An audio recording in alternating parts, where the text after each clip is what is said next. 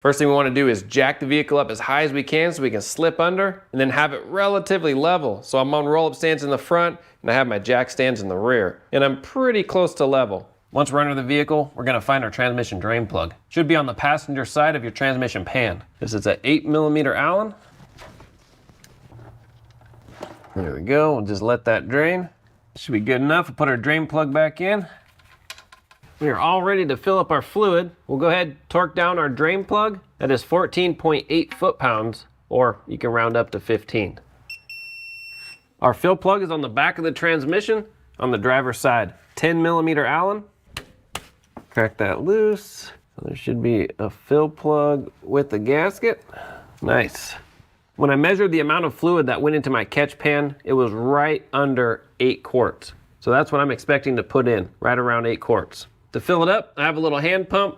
This end will go in my bottles, and then this end will go right in here into the fill. We'll just fill it up until it starts trickling out of our fill plug, and then we'll put the plug back in, start it up, run it through the gears, and let it warm up. Check it again.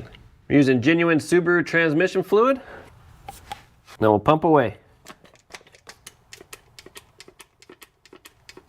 All right, we were lightly dribbling out at 5 quarts. So we're about 3 quarts left to go, but I can't fill up anymore. Let's go ahead and run it through the gears and see how much more we can put in here. I'm gonna read the data stream and we want the temperature. So ATF temp, okay. We wanna be between 95 and 113 degrees. Let's start it up. We'll go ahead and run through the gears. Got it in reverse, neutral, drive, neutral, reverse. I'll just keep doing this until our transmission fluid comes in range. All right, we are just at the bottom of our temperature, so let's head under. We'll pull off our fill plug and keep filling. Back under the vehicle, we want the engine still running. Pull this off, have your catch underneath just in case. There we go. All right, let's keep filling it up. Now we'll fill it up until fluid starts running out. All right, that's my 8th quart.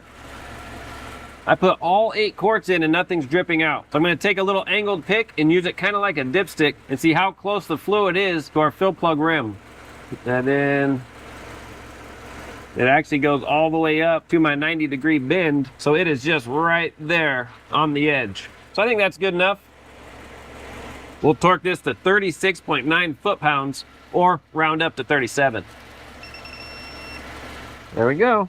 Wipe it off, wipe everywhere, just to clean it up really good, and we're done.